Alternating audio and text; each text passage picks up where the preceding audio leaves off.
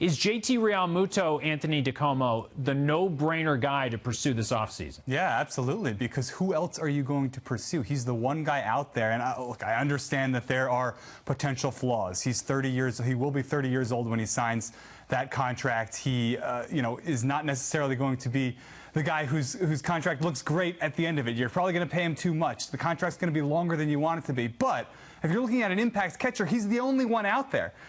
Guys like this do not get to the open market. Anyone who really has a great future at catcher is generally taken off the board before they reach free agency. And when you look at what the options are behind him in free agency, you know what two of the best ones are? Wilson Ramos and Robinson Chirino. So that kind of tells you where you're at with the catching situation. Everyone who needs a catcher is going to be in on JT Realmuto, and the Mets should be at the top of the list, throwing as much money as they can. And Anthony Recker, when you watch JT Realmuto catch, is he that much better than everybody else? Is he that much better than everybody else? No, I wouldn't say that. Look, he's got a great arm. He does a very good job behind the plate. He actually, coming into his getting traded to Philly, when he was with the Marlins, he was actually a very poor receiver as far as stealing strikes behind the plate.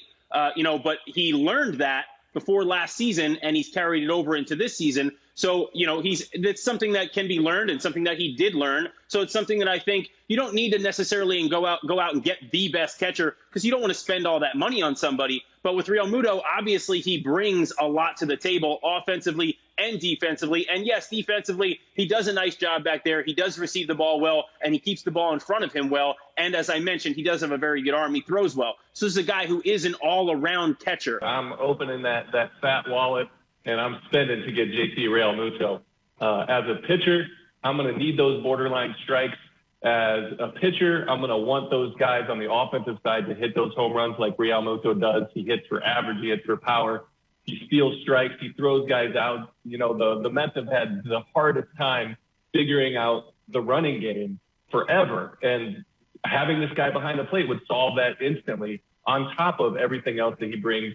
I like Francisco Mejia, and I appreciate, Recker, what you bring to the table as a former catcher. But I think you got to spend up to get this guy. I think this is the first big acquisition that the Mets should target, and I think it sets the tone for the new ownership group.